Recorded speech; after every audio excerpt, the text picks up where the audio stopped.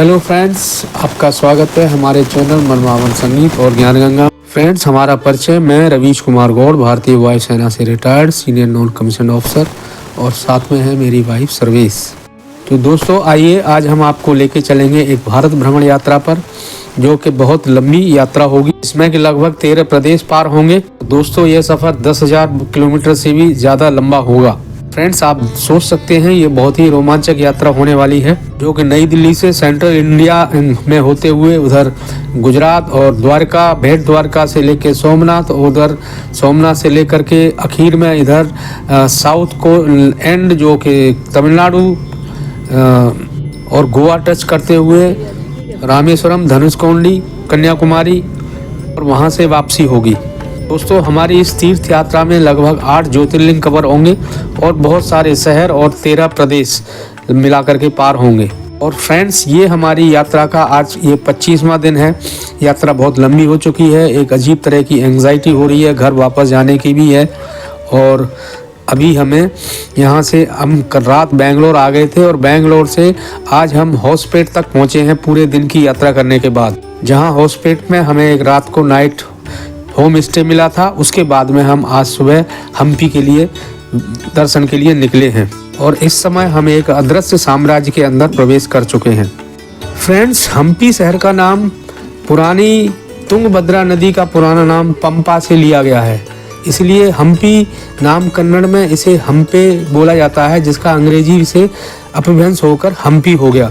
Friends, Vijayanagar साम्राज्य की स्थापना 1350 से 1565 के बीच में राजा हरिहर ने की थी और विजयनगर साम्राज्य का मतलब अजय साम्राज्य। इस साम्राज्य की स्थापना के बाद इस पर बार बार आक्रमण होते रहे और इसको कई बार इसकी पूरी राजधानी को मिट्टी में मिला दिया, लेकिन यह कभी राज्य किसी के अधीन नहीं रहा।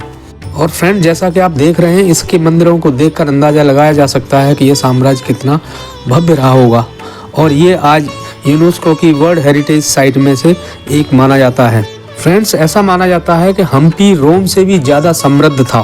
फ्रेंड्स, इस वीडियो में बिल्डिंगों के बारे में जानकारी स्क्रोलिंग टेक्स्ट में भी आपको साथ ही साथ मिल रही है, तो उसे भी देखते रहें। और इस हम्पी शहर को मंदिरों का शहर कहा जाता है।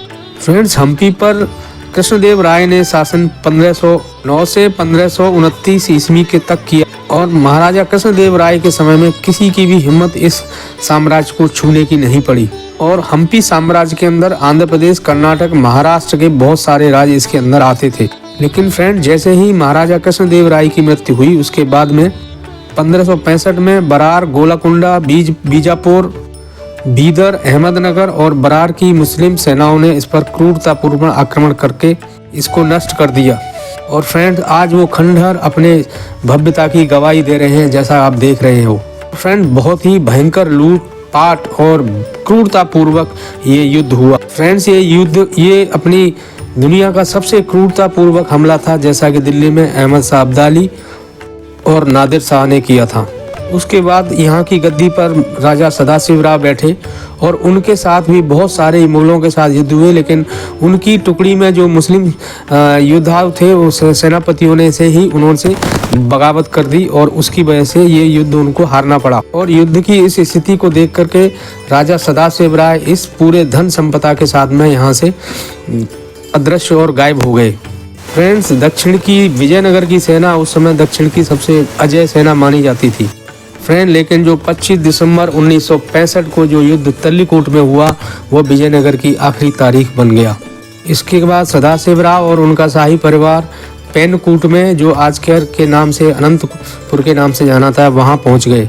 वहाँ पर भी उन्होंने बहुत सारे राजाओं और उनको बेचैन करते रहा और उनको बहुत युद्ध में हराते रहे। उसके बाद शाही परिवार चंद्रगिरी, जो चित्तूर के नाम से है, वहाँ पर जाके वो उन्होंने अपनी राजधानी बनाया। फिर चित्तूर के बाद वो शाही परिवार का फिर किसी ने पीछा नहीं किया। इस तरह फ्रेंड, विजयनगर साम्राज्य करीब 80 वर्ष तक चला और इस वंश के आखिरी तृतीय राजा थे, जो कि तो 80 में जिनकी मौत हो गई। और उसके बाद आलिया राय के जाते ही मुस्लिम सेनाओं ने विजयनगर पर कब्जा कर लिया। फ्रेंड्स, इन दरवाजों के आप ऊपर देख रहे हो जो गड्ढे दिखाई दे रहे हैं, ये जवाहरातों से जड़े हुए थे, जो कि आज केवल मात्र गड्ढे रह गए हैं, जिनको सब लूट के निकाल लिया गया। उसके बाद लगभग 5 महीने तक इस सारे मंदिरों पर हथौड़े चलते रहे और वह लूट और नृशंस हत्याओं का नंगा नाच यहाँ चलता रहा, क्योंकि यहाँ पर हमलावरों का निशाना केवल लूट ही नहीं था बल्कि विजयनगर साम्राज्य को ध्वस्त करना भी था। जैसा कि आप देख रहे हैं फ्रेंड, मंदिरों का विशाल कम वैभव यहाँ देखते ही बनता है। और फ्रेंड, वास्तव में हम्पी एक मंदिरों का शहर कभी अपने समय में रहा होगा, जो कि बहुत ही भारतीय संस्कृति का एक महत्वपूर्ण केंद्र अवश्य रहा होगा। फ्रेंड्स, इस हम्पी का काल से रहा है और उस समय इसे किष्किंधा के नाम से जाना जाता था, क्योंकि किष्किंधा, ऋषिमुख, ये सारे पर्वत अभी भी उस समय यहाँ पर अवेलेबल हैं।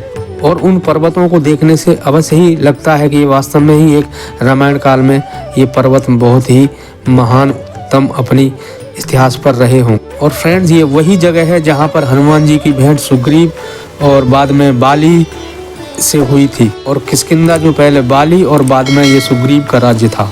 तो फ्रेंड्स, हमारी यात्रा आपको कैसी लग रही है? मुझे आशा है आपको अवश्य ही वास्तविक यात्रा का एहसास हो रहा होगा। हमारे इस चैनल को सब्सक्राइब और वीडियो को लाइक करें।